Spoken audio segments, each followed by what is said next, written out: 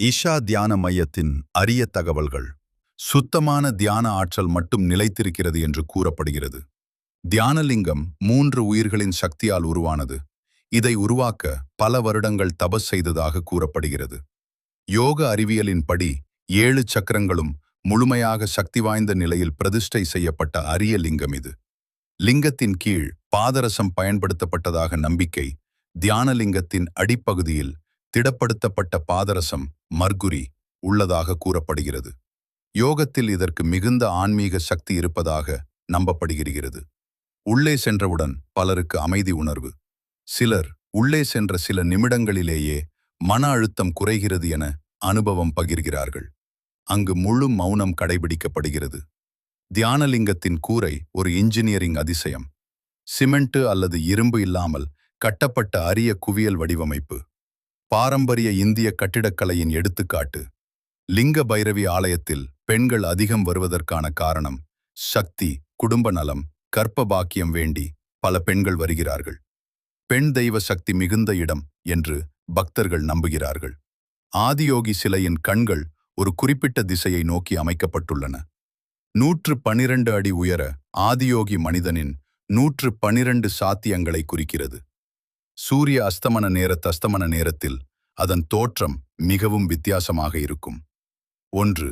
தியானலிங்கம் மதத்தை தாண்டிய இடம்.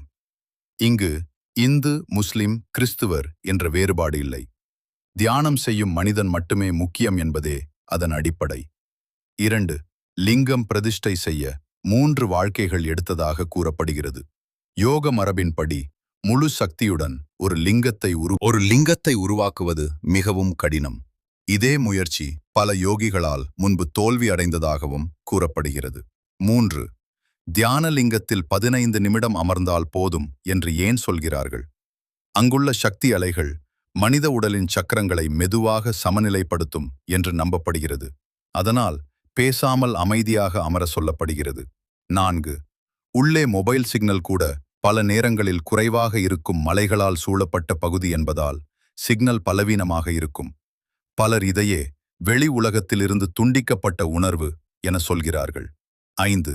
லிங்க பைரவி ஆலய தீபம் ஒருபோதும் அணையாது, அங்கு எப்போதும் விளக்கு எரிந்து கொண்டே இருக்கும். சக்தியின் தொடர்ச்சி என்பதற்கான அடையாளமாக பார்க்கப்படுகிறது. 6. இஷா வளாகத்தில் மரங்களும் ஒரு குறிப்பிட்ட முறையில் நட்டுள்ளன. யோக மற்றும் ஆயுர்வேத மரபுகளின் அடிப்படையில் சில மரங்கள் தேர்வு செய்யப்பட்டுள்ளன. அங்கு நடந்தால் கூட மன அழுத்தம் குறைகிறது என்று பலர் கூறுகின்றனர். 7. ஆதியோகி சிலை கின்னஸ் சாதனை படைத்தது. ஆதியோகி சிவஸ்தாச்சு உலகின் மிகப்பெரிய மார்பளவு சிலைகளில் ஒன்று. 112 அடி உயரம். மனிதனின் 112 ஆன்மீக வாய்ப்புகளை குறிக்கும். 8. மகா சிவராத்திரி நாளில் அங்கு இரவில் உடலின் சக்தி இயற்கையாக மேலே செல்லும் என்று யோகத்தில் நம்பப்படுகிறது. அதனால் இரவு முழுவதும் தியானம், இசை, நடனம் நடைபெறும். 9.